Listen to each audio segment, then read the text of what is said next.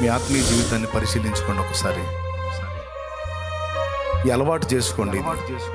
మిమ్మల్ని మీరే శోధించుకొని చూడటం, మిమ్మల్ని మీరే పరీక్షించుకోవటం, మీకు మీరే బుద్ధి చెప్పుకోవటం, మిమ్మల్ని మీరే విమర్శించుకోవటం. నాకు దేవుడిచ్చిన ఆణిముత్యాలు ఇవే, ఇవన్నీ సీరియస్గా తీసుకున్నాను. దేవుని ముందుకు వెళ్ళినప్పుడు నేను ఇంతే మాట్లాడుకుంటానండి.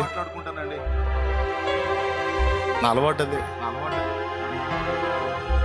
నన్ను ఎగతాళి చేసిన వాళ్ళ విషయంలో కూడా, నన్ను దూషించిన వాళ్ళ విషయంలో కూడా నేను పోయి దేవుని ముందు అదే చెప్పుకుంటాను.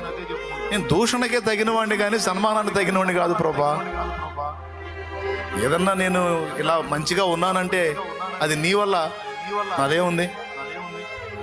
తిట్లకు తగినోడిని నేను, దోషంలకు తగినోడిని, అవమానాలకు తగినోడిని కానీ ఘనతకు తగినోడిని కాదు. ఆ నీతి నియమం నా దగ్గర లేదు. ఏదన్నా నా వల్ల జరిగిన మంచి ఏదన్నా జరిగిందంటే అది నీ దయతో నువ్వు జరిగించింది, నాదేముంది. పర్వాలేదు తండ్రి, నాకు ఈ పరిస్థితి అనువదించినందుకు స్తోత్రం. ప్రతి స్థితిలోనూ దేవుని ముందు కూర్చొని నన్ను నేను విమర్శించుకోవటమే నేను సాధన చేసుకున్నా. ఇప్పటికీ నేను అదే సాధన చేస్తున్నా. నాకు నేనే బుద్ధి చెప్పుకోవాలి. మరెవరు చెబుతారు? మీరు చెబుతారా?